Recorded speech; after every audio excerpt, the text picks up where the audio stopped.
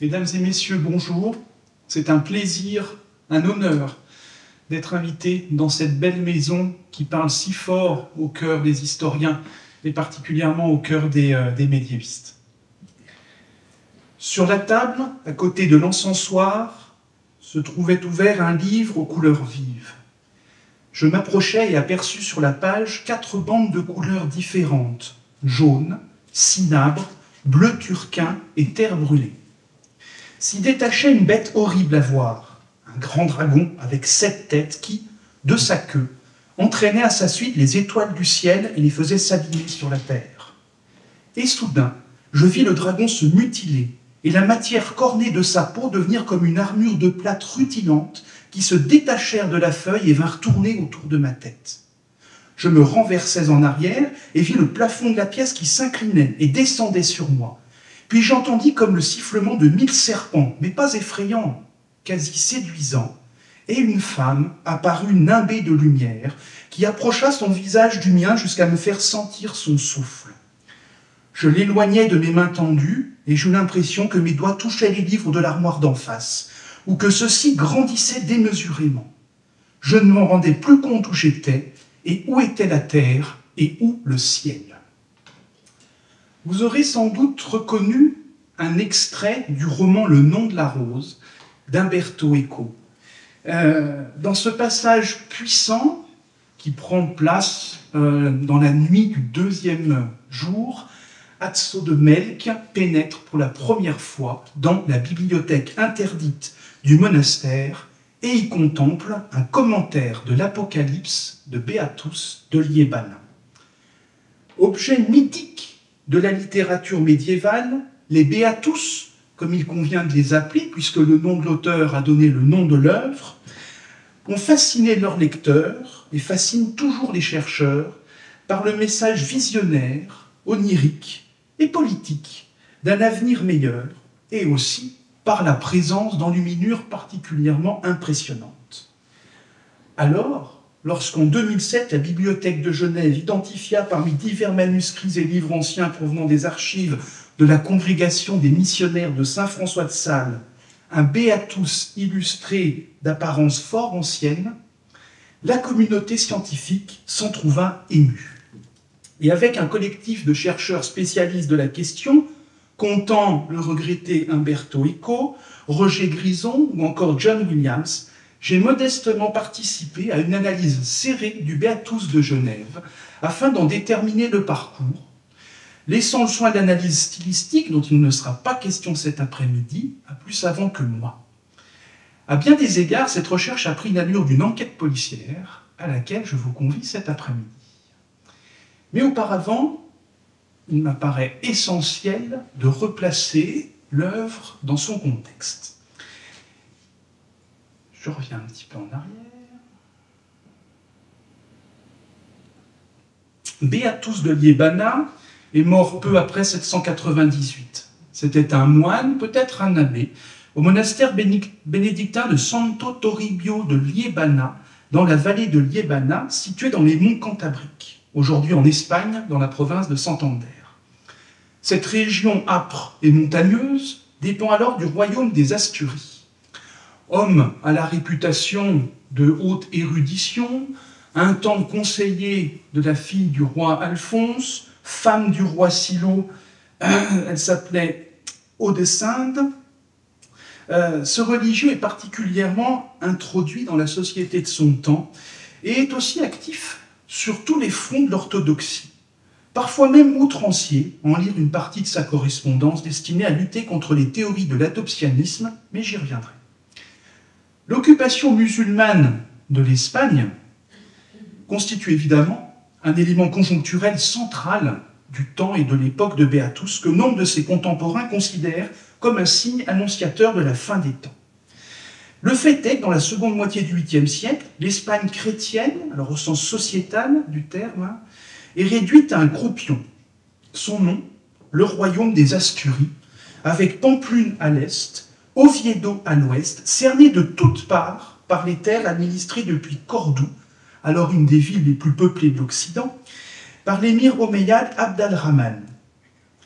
Le royaume des Asturies ne doit sa survie qu'à son isolement du reste de la péninsule, isolement favorisé par sa géographie montagneuse, et plus encore par la ruralisation qui fut favorisée, qui fut entraînée, elle, par un état de guerre larvée qui se signale par une politique marquée de la terre brûlée, par des épidémies, par l'abandon des garnisons d'Al-Andalus par les Berbères suite à la révolte de 740. Tout cela crée autour de ce tout petit royaume des Asturies une sorte de no man's land, peu peuplé et désorganisé, qui favorise et qui permet la survie de ce petit royaume. Il n'est pas étonnant dans ces conditions que toute la société asturienne ait développé une mentalité d'assiégé.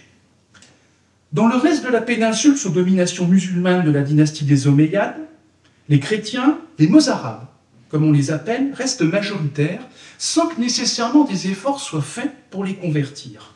Ce serait là tarir une des ressources du trésor, car ces citoyens de seconde catégorie sont assujettis à de très lourdes contributions.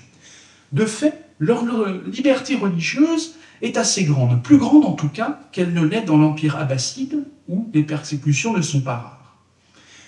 Dans cette partie de la péninsule, l'Église chrétienne y est organisée et elle y déploie, comme ailleurs, son réseau d'archevêques et d'évêques d'une manière relativement indépendante de Rome. La situation du royaume des Asturies n'est guère plus reluisante que la situation politique de la péninsule. Dans ce petit royaume, on ne compte pas les révoltes de palais menées par des groupes issus de l'aristocratie locale, alliés à de grands propriétaires terriens, qui tentent de supplanter les membres de la dynastie royale issue du roi Pélage. De même, les soulèvements périphériques des Galiciens et des Vascons déstabilisent régulièrement le royaume. Sous le règne du roi Aurélio, peu avant 774, le soulèvement dit des affranchis signale que les anciennes relations de propriété entre maîtres et esclaves sont à cette époque profondément remises en cause. Il révèle les profondes fractures de la société asturienne. Les contemporains ne perçoivent pas que certaines réformes structurelles sont pourtant mises en place et permettront d'accompagner la reconquête de terres jadis abandonnées aux musulmans. Sur le plan religieux, l'Église d'Espagne est imprégnée par la théorie de l'adoptionnisme. Pour ces tenants, je vais faire très vite, parce que c'est une hérésie, on passerait une conférence là-dessus. Si le Christ en tant que Dieu est Dieu par nature, il n'est comme humain que le Fils adopté de Dieu. Donc cette théorie, en 2 mots, vraiment, implique une dualité de la personne, tandis que la formule orthodoxe du concile de Chalcédoine en 451 n'admet la dualité que dans la nature et proclame l'unité de la personne. Alors cette théorie de l'adoptionnisme est considérée comme hérétique par les partisans de l'orthodoxie de l'Église et elle est condamnée une première fois par le concile d'Antioche en 268. Curieusement, elle ressurgit en Espagne en 780 et est soutenue par le métropolitain d'Espagne lui-même, Hélipan, archevêque de Tolède, nommé par l'occupant, qui jouit d'une quasi-autonomie à considérer l'absence d'intervention pontificale dans la péninsule depuis l'achèvement de la conquête arabe. Cette question conduit l'Église d'Espagne au bord du schisme. Pour la question de fond sur laquelle il serait assurément superflu de revenir cet après-midi, je renvoie pour la chronologie au travail d'Émile Amann, l'adoptionnisme espagnol du 8e siècle, paru dans la Revue des sciences religieuses en 1936, et pour sa dimension sociale, plus près de nous, à Michel Rublin, Église et société chrétienne d'Agomar à Valdès, paru en 2003. Notre moine Beatus, pour revenir à lui, est lié de manière très intime à cette controverse, puisqu'avec son disciple Éthérius, évêque d'Osma, il s'en prenne sans mesure et dans un style assez outrancier aux positions de l'archevêque de Tolède Hélipan. Il parvient même à faire remonter l'affaire jusqu'à Rome, puis à Charlemagne lui-même, qui, le pape et le futur empereur, désavoue l'archevêque de Tolède et le clergé espagnol lors du concile de Francfort de 794. Beatus et Hélipan sont ce que l'on pourrait appeler aujourd'hui des ennemis intimes sur le plan dogmatique, mais aussi sur le plan personnel. Lorsqu'Hélipan s'adresse à Alcuin, le célèbre conseiller de Charlemagne, il le qualifie de disciple de ce puant que par antiphrase on appelle Beatus. Ou encore, ce fétide Beatus, converti, retourné dans le lit de la débauche. Beatus ne l'avait, il est vrai, pas épargné en le traitant de testiculum antichristi. Est-il besoin ici d'une traduction? C'est dans ce contexte pour le moins troublé que, de son vivant, Beatus compose son commentaire de l'Apocalypse, dont il reste de son vivant 3 versions. Une première écrite en 778, une autre en 784 et la troisième en 786. Sommairement, après un résumé, commence le commentaire proprement dit, divisé en 12 livres. L'Apocalypse est considéré comme une série de visions septénaires, 7 trompettes, 7 coupes, 7 sceaux, et au seuil de la 7e vision a lieu un intermède récapitulatif avant la description de la seconde venue du Christ, la parousie. L'œuvre de Beatus n'est pas très originale.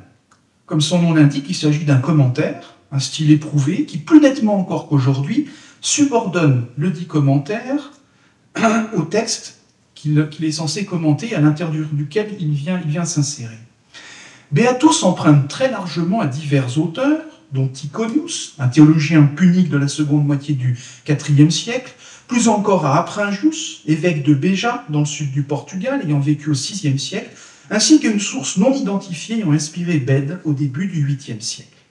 Je renvoie sur cette question aux travaux de Roger Grison, et notamment sur son article « Les commentaires patristiques latins de l'Apocalypse », paru dans la Revue théologique de Louvain en 1997. Cette fascination de Beatus pour l'Apocalypse n'est pas surprenante.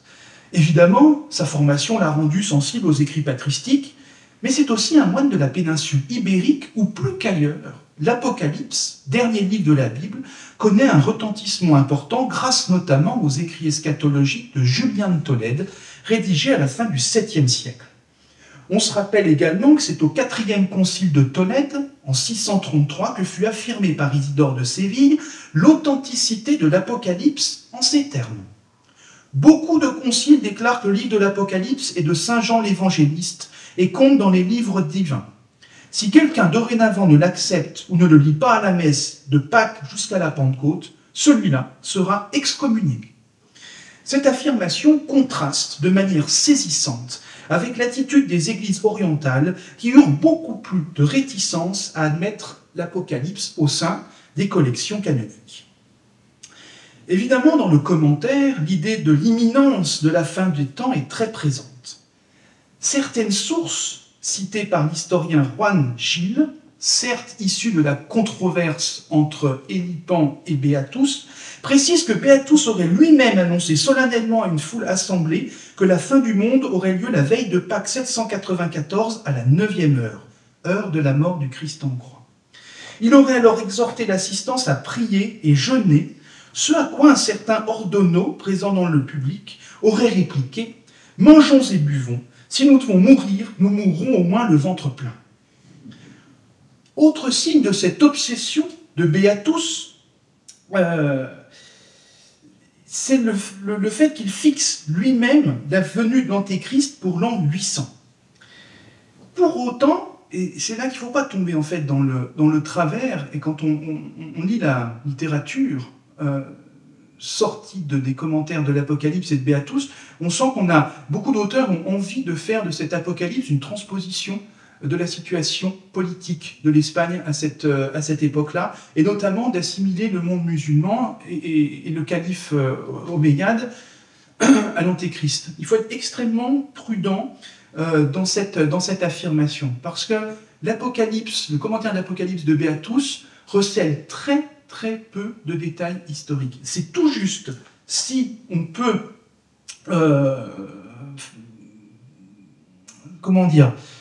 on a bien une allusion à la prise de Jérusalem en 636 ou 638 par les musulmans. Elle peut être décelée dans cette mention de l'Antéchrist voulant reconstruire le temple de Jérusalem et comme étant favorable aux Juifs. Mais on est très très loin, par exemple, d'autres textes de cette époque, un petit peu antérieure. Je pense par exemple au commentaire de l'Apocalypse de Pseudo-Méthode, qui est un texte rédigé en syriaque entre 664 et 670, près d'Édesse, par un clerc témoin de l'invasion musulmane. Lui assimile clairement les Arabes aux précurseurs de l'Antéchrist. Rien de tel chez Beatus.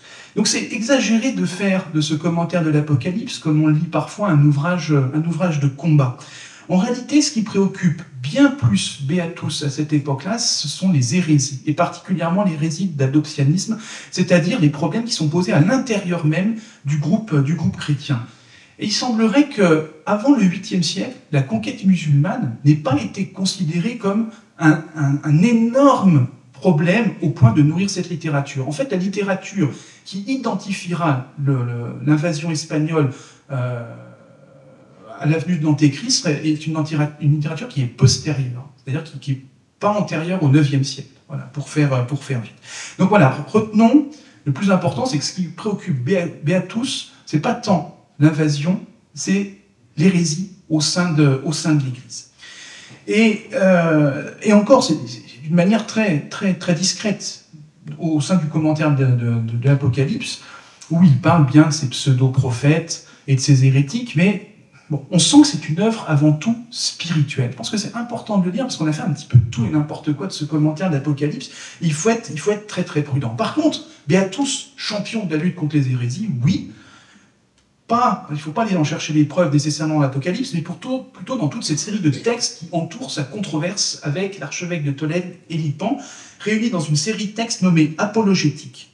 Alors sur ce point, je renvoie à l'article de Bertrand Fauvarc, L'Apocalypse en Espagne au 7e et 8e siècle, paru dans les Mélanges de la Casa Velasquez en 1996. Donc, ce qui assure le succès de Beatus, de son œuvre, c'est donc pas le style flamboyant de l'auteur, c'est pas non plus le sujet, des plus classiques, et relativement coupé donc du contexte politique. Non, c'est autre chose. C'est d'une part, au 9e et 10e siècle, l'association des textes de Beatus au thème de la rénovation de l'Empire d'Occident. Et cette idée de renaissance, elle se signale bien sûr par le couronnement de Charlemagne à la veille de Noël de l'an 800, et dans les Asturies, elle se signale aussi par un programme de construction architecturale très marqué, comme encore par la volonté du roi Alphonse II de modifier en profondeur la liturgie et les cérémonies palatines en les accordant au reste de l'Empire. Donc dès le 9e siècle, les copies des commentaires de l'Apocalypse se multiplient et sont célébrées comme les fleurons d'une culture nouvelle, authentiquement hispanique. Quel paradoxe quand on y pense, car c'est comme si l'intention première de l'auteur, qui était d'annoncer la fin des temps, avait été détournée pour annoncer au contraire une période de renaissance beaucoup plus optimiste, en tout cas bien éloignée de l'obsession eschatologique de Beatus. Aussi et surtout, le succès de la série des commentaires de l'Apocalypse tient à l'association du texte et d'enluminures particulièrement évocatrices qui constituent autant d'œuvres d'art au service du texte. Et on imagine sans peine la fascination que pouvait exercer cet objet sur les moines, par exemple lors de la Lectio Divina, à l'instar de la forte impression que cette lecture produisit sur Azzo de Melk, cité en introduction. Pour cette raison, les commentaires de l'Apocalypse ont connu une grande diffusion. Jusqu'à la découverte du Beatus de Genève, il existait 34 exemplaires datés du 9e au 16e siècle, complets ou fragmentaires, dont 26 sont illustrés. Voici maintenant quelques informations sur les exemplaires les plus marquants. Oui, voici une diapositive qui reprend une des illustrations, une des enluminures du Beatus El Escorial, réalisé entre 900 et 950. Donc ce manuscrit est aujourd'hui conservé à la bibliothèque San Lorenzo de l'Escorial. Il aurait été exécuté au monastère de San Millán de la Cogona, dans la province de la Rioja. Retenez ce nom, il en sera question tout à l'heure. D'autres exemplaires, vers 950, la réalisation par Magius du Beatus de San Miguel de Escalada, qui lui est conservé à la Pierpont Morgan Library de New York. En 970, le premier Beatus portant une date provient du monastère de Tabara, dans le Léon. Il est conservé à l'Archivo Histórico Nacional de Madrid. Son auteur principal est le moine Magius et son disciple Emeterius acheva l'ouvrage le 27 juillet 970 en 3 mois de travail intensif. Le Beatus de Valcavado, Vieille Castille. conservé à la bibliothèque de Valladolid. Il fut réalisé par un moine de l'abbaye de Santa Maria de Valcavado, à l'attention de son abbé, appelé Sempronius. L'ouvrage compte 97 enluminures. Il fut réalisé du 8 juin au 8 septembre 970. En 1047, le Beatus de León est réalisé pour le roi de Castille Ferdinand Ier. On a cette idée toujours d'associer le Beatus à des ouvrages d'apparat, ce qui n'est pas nécessairement le cas du Beatus de Genève, mais j'y reviendrai. En tout cas, pour des commanditaires membres de l'élite de la société d'alors. Pour l'historien de l'art Charles Sterling, c'est le plus beau et le plus complet de tous les Beatus.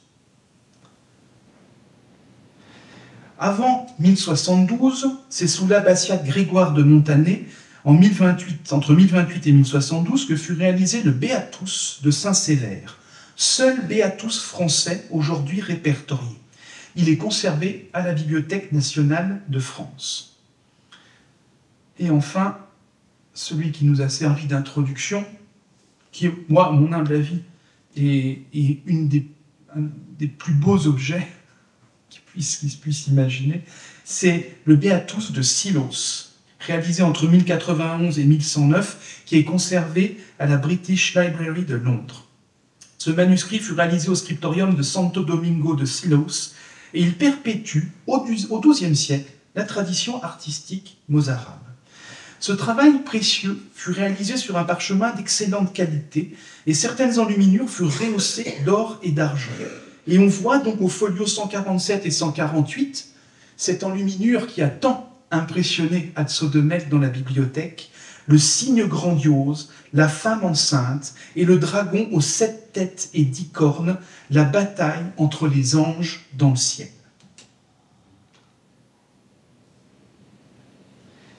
Après cette copieuse, un peu trop peut-être, contextualisation, je vous invite maintenant à une enquête étonnante sur le 27e exemplaire illustré, à ce jour connu, dit Beatus de Genève.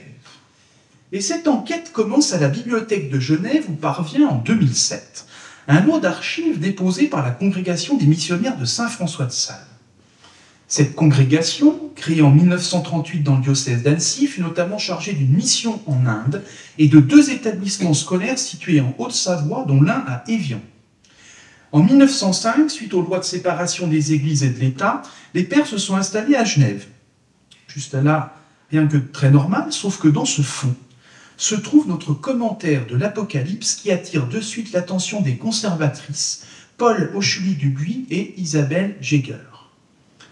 L'ouvrage entré en possession de la bibliothèque de Genève est aujourd'hui coté manuscrit latin 357 et comprend 245 folios.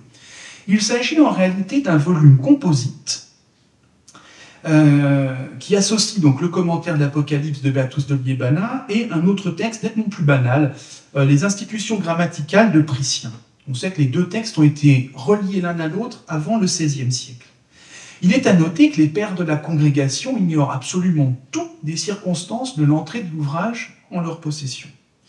Nous voici donc au point de départ de notre enquête, Genève, 2007, et la conception intellectuelle de l'ouvrage, nord de l'Espagne, fin du 8e siècle. Entre les deux, 1200 ans d'inconnu. Dans leur article « Un Beatus découvert à Genève », paru dans la revue Bibliographia dei Manuscritti in Scriptura Beneventana en 2009, Paul Auchely-Dubuis et Isabelle Jäger livrent leur première conclusion suite à un examen codicologique et une analyse paléographique des plus serrées. Le texte du Beatus présente 2 écritures d'écoles différentes. Une écriture bénéventine, c'est-à-dire un type d'écriture élaboré au sud de l'Italie actuelle, et une écriture plus banale, de type minuscule caroline. L'écriture visigothique en usage dans la péninsule ibérique n'est absolument pas utilisée dans le texte. Alors ces 2 écritures, la caroline et la bénéventine, alternent au début du texte. Puis à partir du folio 97, l'écriture bénéventine prédomine très nettement. Cette hésitation dans le système d'écriture, que l'on observe dans les premières 100 pages du texte, soulève, entre autres, la question du nombre de scribes qui ont participé à la copie et leur formation. Les conservatrices Voici quelques vues de cet ouvrage. Donc voilà une.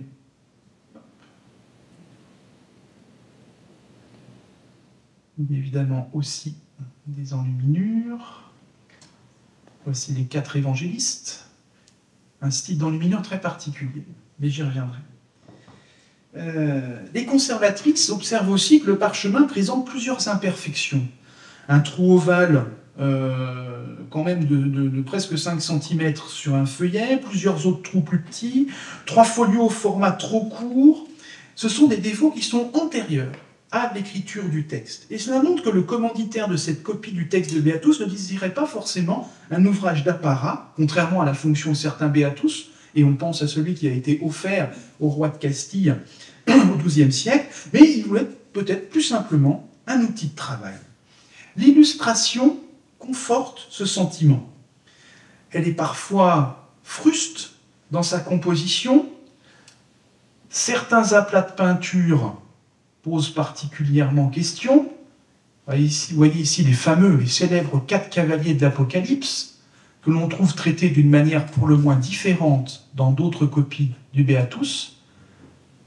Donc, une illustration, enfin pas une illustration, l'illustration est de bonne qualité, mais disons que l'application de l'enluminure et de la peinture, elle est beaucoup plus étonnante. Mais tout cela converge vers l'idée que cet exemplaire n'est pas un exemplaire d'apparat, et peut-être n'a pas été composé dans un scriptorium particulièrement qualifié, tel celui du Mont-Cassin. Mais j'y reviendrai. Alors, cette illustration, elle peut être parfois sommaire. Je vous montre les 4 cavaliers de l'Apocalypse. Lorsqu'il est question de la division de Babylone, on a simplement 4 carrés qui sont figurés. Donc cette peinture, je vous le disais, est parfois grossièrement étalée, voire inachevée, et ça contraste avec le traitement d'autres enluminures je sais pas, elles seront peut-être après, je vous les montrerai, d'autres enluminures qui sont nettement mieux traitées, tel l'ange de l'évangile éternel, qui est même rehaussé de feuilles d'or. Donc un objet assez étonnant, sans équivalent. Un unicum, comme on dit dans le monde de la bibliographie. Alors, sans entrer dans le détail, l'aspect général de l'écriture, la ponctuation, les abréviations utilisées, les ligatures, sont des éléments qui permettent de dater le manuscrit d'une fourchette courant du second tiers à la fin du XIe siècle.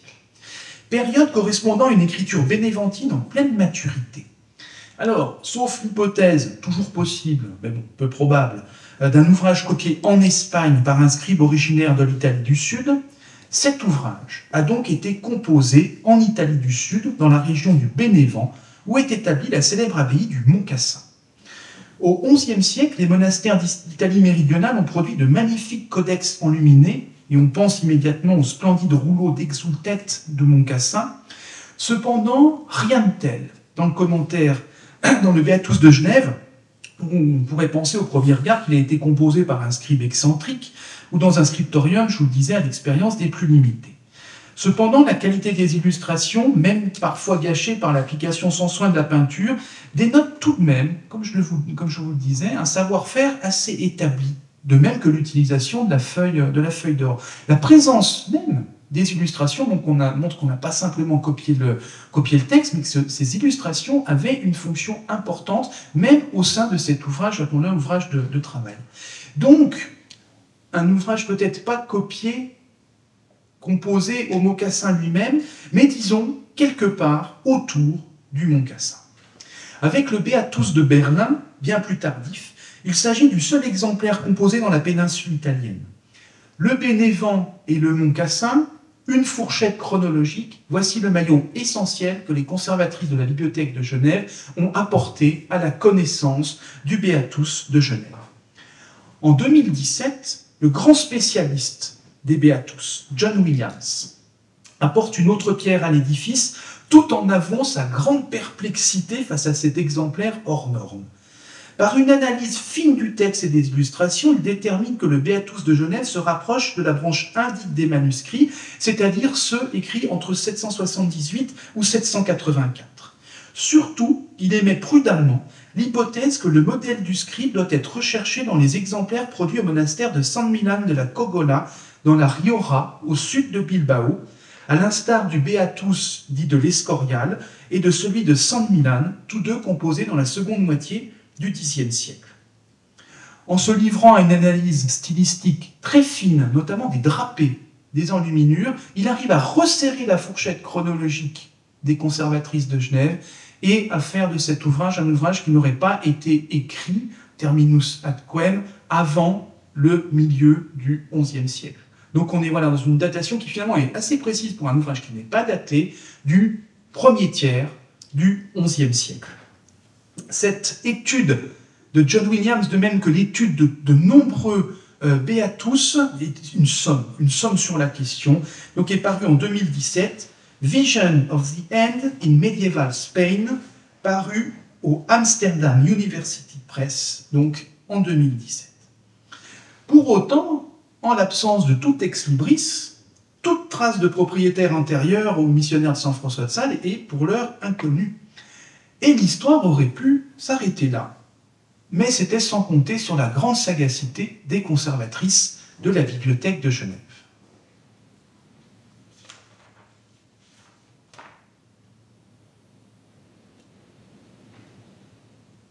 Voilà, ça c'est des illustrations qui sont toujours tirées du Beatus de Genève. Vous voyez quelquefois des illustrations qui sont quand même de belles factures, et puis parfois des aplats de peinture qui sont plus étonnants.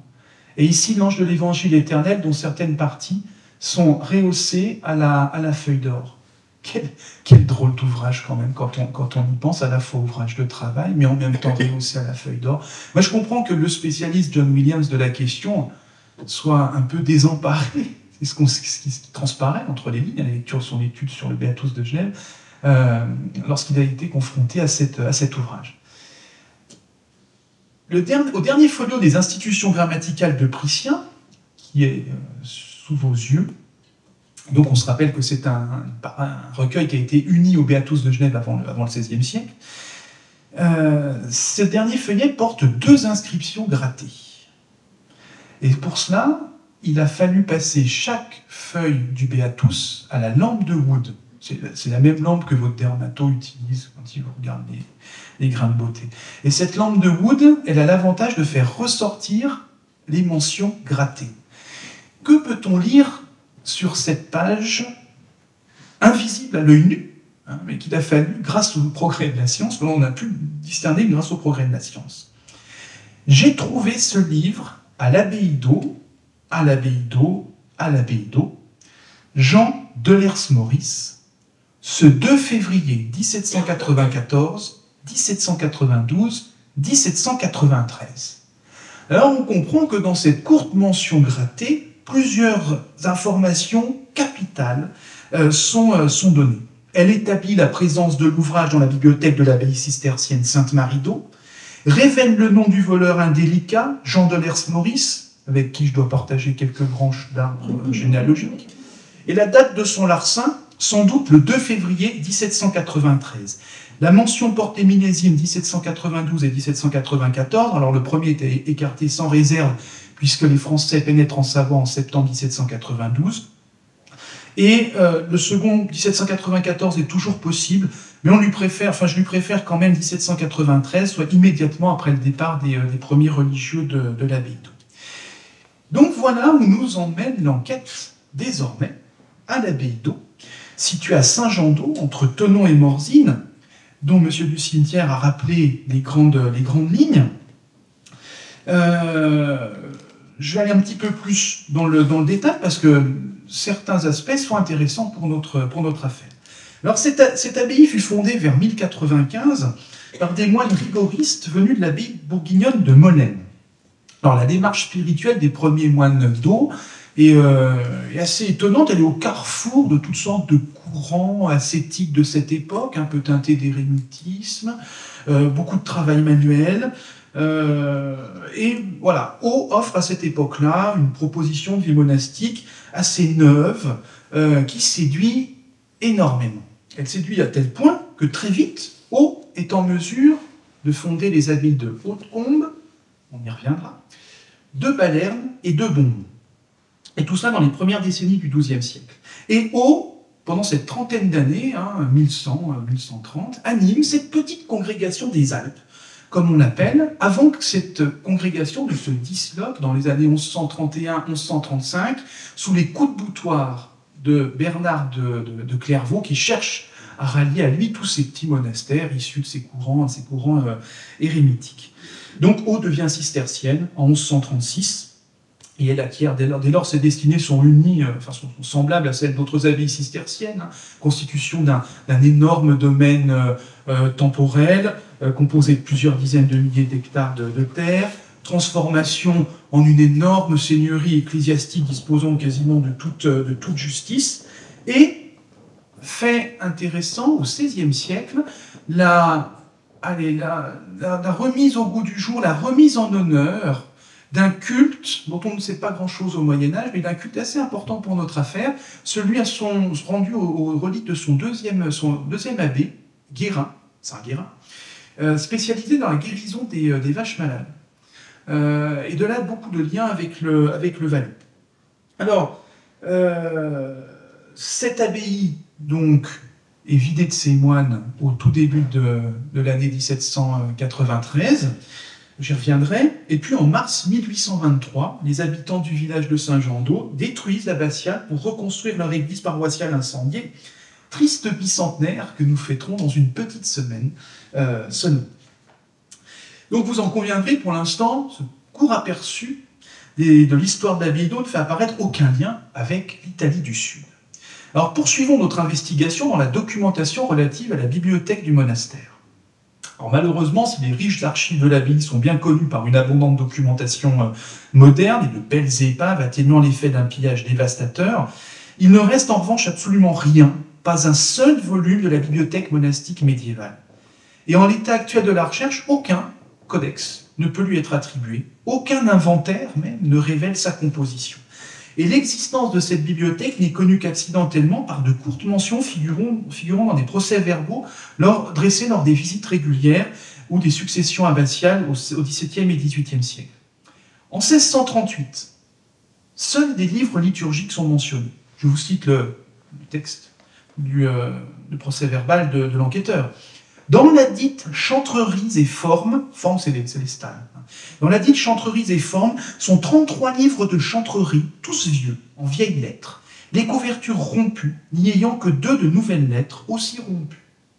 Bon, tout n'est pas en très bon état. 1666, le cœur des religieux est de sapin, et assez mal en ordre sur le dessus. Il y a des livres de chants manuscrits en assez bonne quantité. On tient encore le vieux bréviaire, faute de nouveau. Il n'y a qu'un seul missel de l'ordre et 4 romains à côté du grand autel. C'est tout. En 1688, un procès-verbal pointilleux, consigné cette fois par les émissaires du Sénat de Savoie et non plus par les supérieurs cisterciens, est un peu plus révélateur. Nous trouvâmes encore dans l'archive 30 livres écrits à la main de la Sainte Écriture et des Pères, que nous laissâmes au-dessus d'une garde-robe à main gauche en entrant, et que nous n'inventoriâmes pas autrement qu'en prenant note du nombre. Dommage.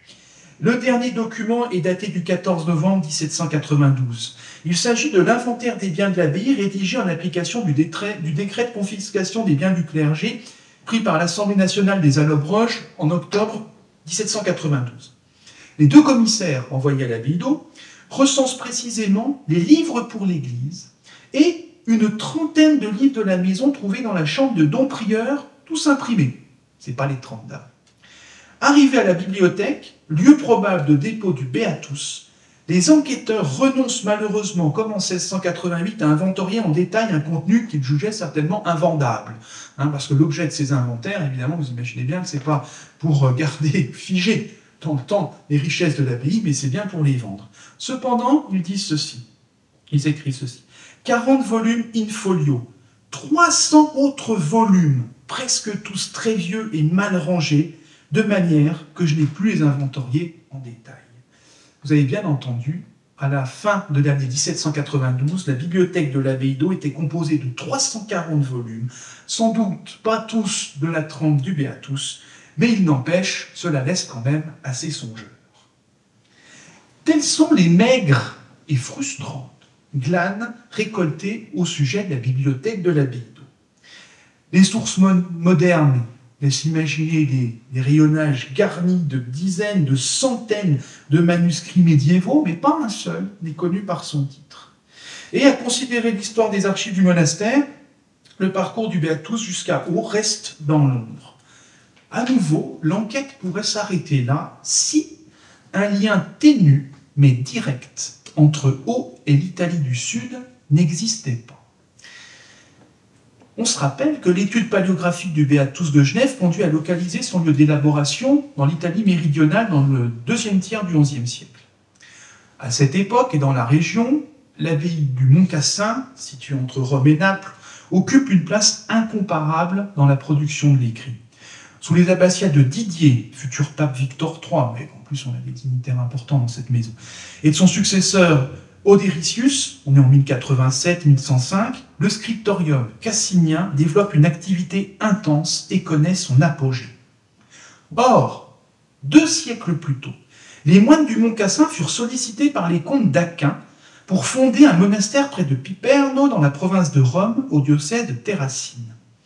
Le nouvel établissement était situé à quelques dizaines de kilomètres de l'abbaye-mère dans une boucle de l'Amazzeno. Il prendra plus tard le nom de Fossa Nova. Entre les deux maisons, le Mont-Cassin et Fossa Nova, distants de seulement 2 jours de marche, on suppose, à l'évidence, de multiples échanges intellectuels, économiques. Et d'ailleurs, les destinées des 2 monastères sont unies par un lien de filiation jusqu'en 1135.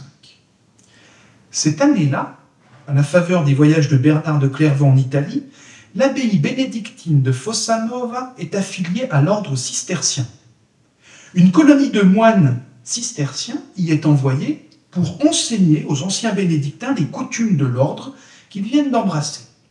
Or, ces moines formateurs, qui viennent se frotter à la culture cassinienne, sont des Savoyards. Ils viennent de l'abbaye d'Hautecombe, près de Chambéry, sur les bords du lac du Bourget. Apprendre les coutumes cisterciennes ne suffit pas. Encore faut-il que les moines de Fossa Nova se fondent, se coulent dans le moule législatif de l'ordre cistercien. Cette législation cistercienne prévoit par exemple, tous les ans, une visite de l'abbaye par un supérieur et tous les ans, la rencontre de tous les abbés cisterciens à Cîteaux. Autant d'occasions d'échanges et de contacts entre les membres de cette grande famille cistercienne. Alors l'arbre généalogique de Fossa Nova est redessiné. On gomme son ascendance avec le Mont-Cassin et on la rend fille, certes fille adoptive, mais fille quand même, de l'abbaye d'Hautecombe. Dès lors, un lien très étroit entre Hautecombe et Fossa Nova se noue. Toutefois, pour faire venir le commentaire de l'Apocalypse à Au, il manque encore un chaînon. À ce chaînon, il n'est pas très difficile à débusquer. Malgré des documents à la tradition parfois un petit peu douteuse sur les origines de la fondation d'Hautecombe, tous les récents historiens de l'abbaye s'accordent, à l'instar de Pierre du Parc, à en faire une fondation de l'abbaye d'Au.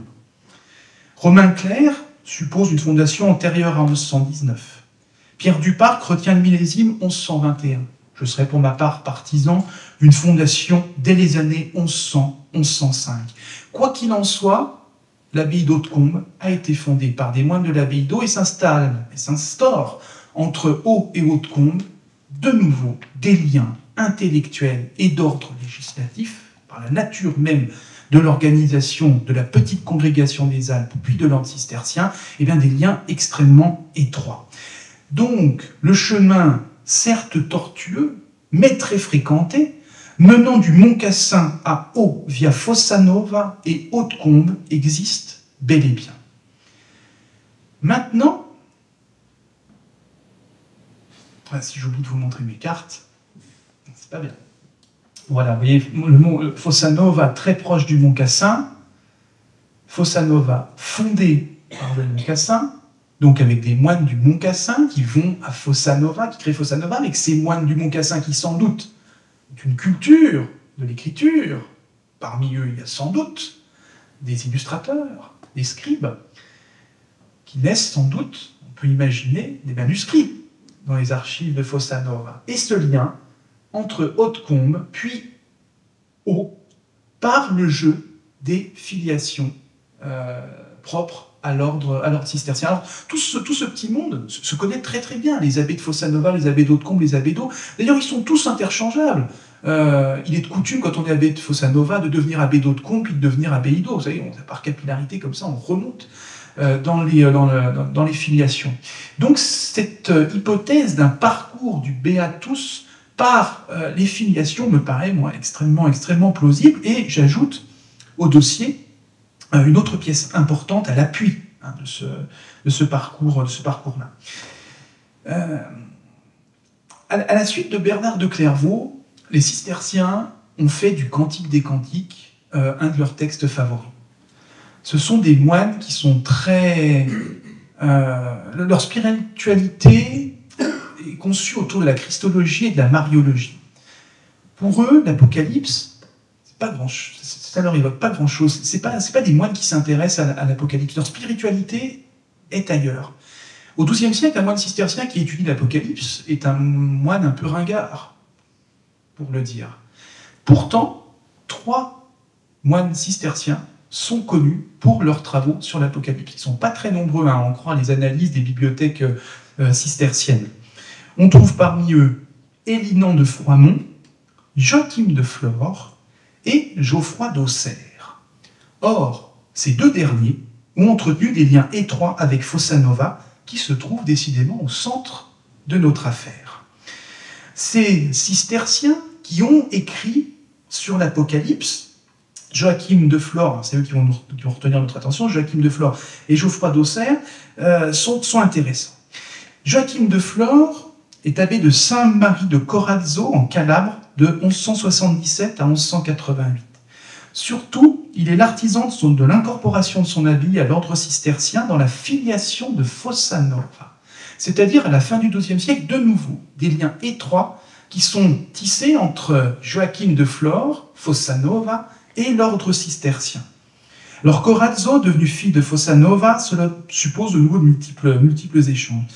Dit au passage, étonnant personnage que ce Joachim de Flore, considéré comme par ses contemporains comme un prophète ou comme un hérétique, et ne laissant en tout cas personne indifférent. Comme un clin d'œil à la dernière exposition de la Fondation Bodmer, dans la Divine Comédie, Dante situe le calabrais Joachim en qui souffla l'esprit de prophétie au ciel du soleil dans la 2e couronne de lumière, aux côtés de Jean Chrysostome en scène Bonaventure et avec le prêtre Nathan qui fit le roi Salomon. Pour sa part, Geoffroy d'Auxerre, notre 2e cistercien, intéressé, travaillant sur l'Apocalypse, produisant lui-même un commentaire de l'Apocalypse, ce Geoffroy d'Auxerre était disciple de Pierre Abélard avant de suivre Bernard de Clairvaux en 1140 et de devenir son secrétaire, puis son biographe. D'abord abbé de Clairvaux, il abdique en 1165. C'est la suite de sa carrière qui attire l'attention, puisqu'il fut abbé de Fossa Nova en 1171, puis abbé d'Hautecombe en 1176. 2 monastères dont les bibliothèques sont susceptibles d'avoir accueilli le Beatus. Troublante coïncidence entre le cheminement proposé plus haut du Beatus de Genève et le parcours personnel de l'un des plus notables commentateurs cisterciens de l'Apocalypse, et qui, nécessairement, dut avoir recours à toutes sortes de sources disponibles pour composer son propre travail. Alors évidemment, il faudrait se livrer à une analyse très serrée de l'œuvre de Geoffroy d'Auxerre pour y relever d'éventuels emprunts à Beatus, ce qui dépasse largement, je dois vous le dire, mes compétences.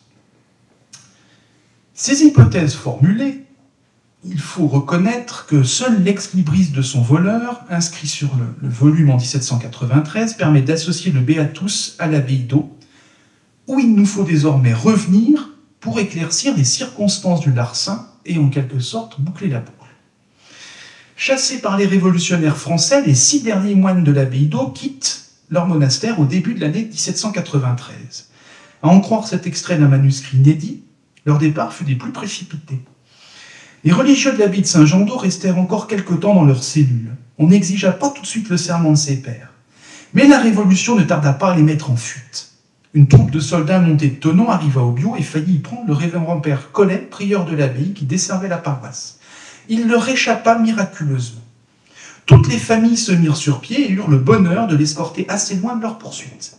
Accompagné de 5 autres pères, il se dirigea à travers les sentiers tortueux et couverts de neige des montagnes d'Abondance. Les moines d'eau n'organisèrent pas la mise en sécurité de leurs chartriers et de leur bibliothèque.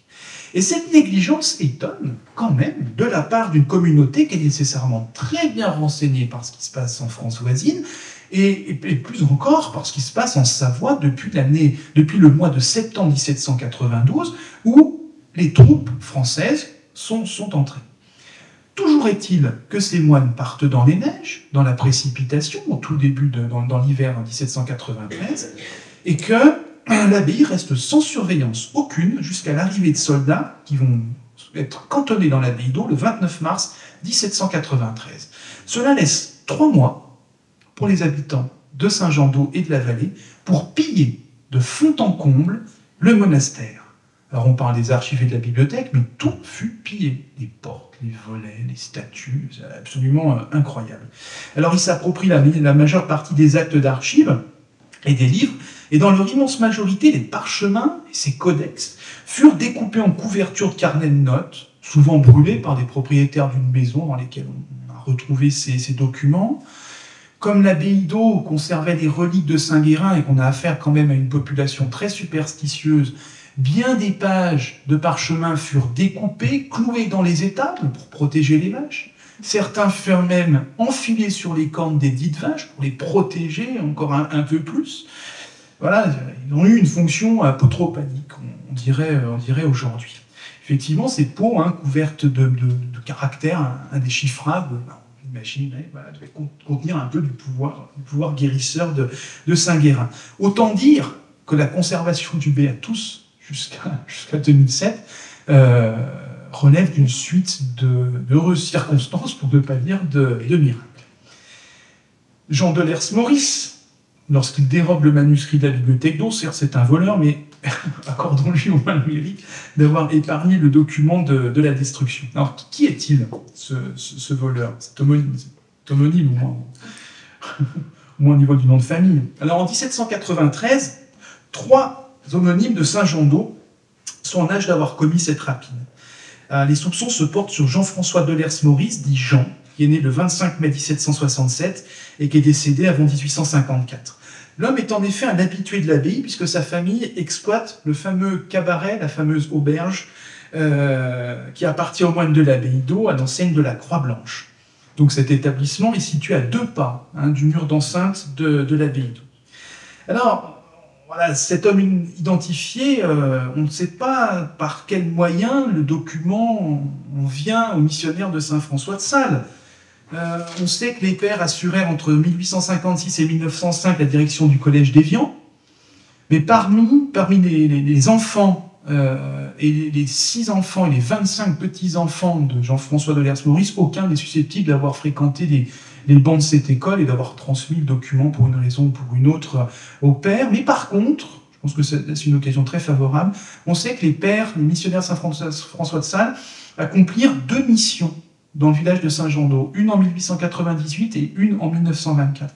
Et j'imagine que c'est sans doute à l'occasion d'une de ces missions que cet ouvrage leur fut remis par les descendants du voleur de 1793. Voilà, nous voilà au terme de cette enquête qui relève aussi quasiment du miracle.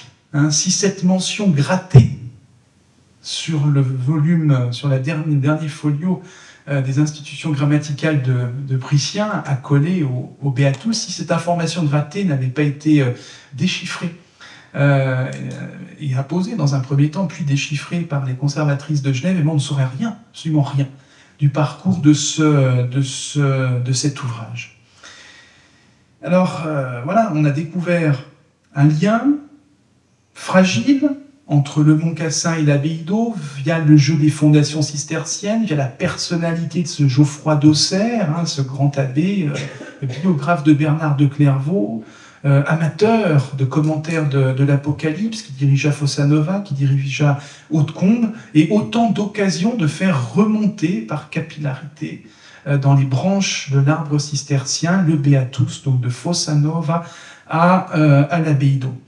Alors, évidemment, cette hypothèse d'un cheminement par les filiations mériterait d'être validée par une étude pointue et serrée des bibliothèques des abbayes concernées. Je m'y attellerai dans un second temps, et plus encore dans la commentaire, vraiment une analyse très fine et très serrée aussi du travail de Geoffroy d'Auxerre pour discerner si des emprunts à Beatus de Liébana figureraient, ce qui vraiment prouverait un lien intime entre ce commentaire de l'Apocalypse, entre ces deux commentaires de l'Apocalypse. Alors, le voile a été en partie levé, mais bien des questions restent en suspens, évidemment. La question de la localisation du scriptorium bénéventin, moi j'aime bien cette idée de cette Fossa Nova, fondée par des moines du Mont Cassin, nécessairement coutumiers, habitués au travail de l'enluminure et voilà, ce travail que John Williams qualifie d'un travail provincial. C'est un petit peu... c'est un peu exagéré, c'est parce que les aplats de peinture sont un peu posés comme ça, mais lui ne le lit pas directement au Mont-Cassin. Mais par contre, à Fossa Nova, voilà, peut-être ce scriptorium, peut-être pas tout à fait expert au niveau du Mont-Cassin, mais qui aurait pu produire une œuvre comme celle-là dans le premier tiers du XIe siècle. L'identité du commanditaire de l'ouvrage reste évidemment une énigme, de même que sa place dans la grande famille des Beatus. Mais quel ouvrage singulier, et quelle magnifique histoire. Vous voyez que même en 2007, on peut encore faire dans un fonds d'archives qui contenait de la comptabilité des années 50, un peu n'importe quoi dans ce fonds d'archives, et ce commentaire de l'Apocalypse qui jette une lumière sur ces réseaux cisterciens en l'occurrence. Voilà, je vous remercie de votre attention. Cette enquête est maintenant terminée, mais elle doit se poursuivre. Merci.